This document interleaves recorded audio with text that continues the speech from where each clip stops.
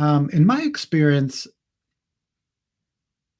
many people start practicing, and I was one of them, to relieve our own suffering. It's too much. I just want to be clear, relaxed, happy, or at least content, I guess. But as we practice, we start to see the nature of our own karma. So the Buddha talks about grasping as being the source of suffering, right? Because if we're grasping after something outside of ourself, if we don't get it, then we're dissatisfied. Or we do get it, now finally I'm content, finally I'm happy, finally I'm secure. But what happens? You can't keep it, right? There's not one thing in this world we can keep, not even this body. Or we grasp after something, we get it, and we want more, or we want it to be a little bit different, right? So this is just a natural result of grasping. So we start to see that. So we start to see, oh, it's the grasping that's causing suffering and dissatisfaction in my life. So when we practice, we start to see that very clearly, and we can have an experience of our enlightened nature.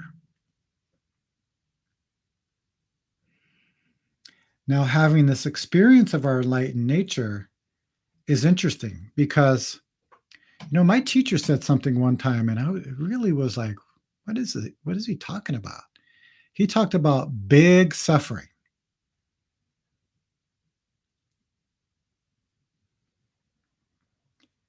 So if we said small suffering, that just means my own suffering. I'm only concerned with my suffering and I want to relieve it. But when we wake up, our mind becomes clear. Then we see the world is suffering, not just us.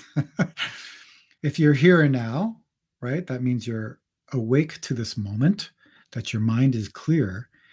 If that's true, then if you come up to somebody who is sad, your mind becomes very sad.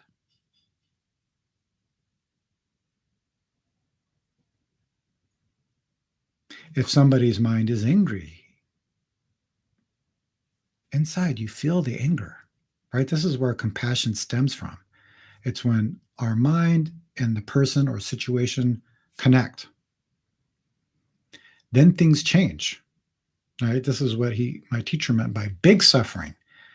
Because before it was just about me. Now it's like, oh, how can I help others? If our mind is clear, and again, if we really connect, we remember this. We don't know what people are going through, but we know the raw sensations of anger, fear, sadness, jealousy. So we want to do something.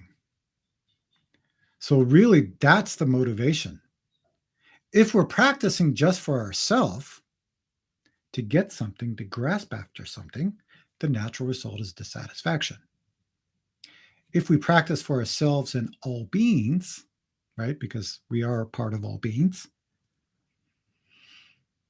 then the motivation automatically appears.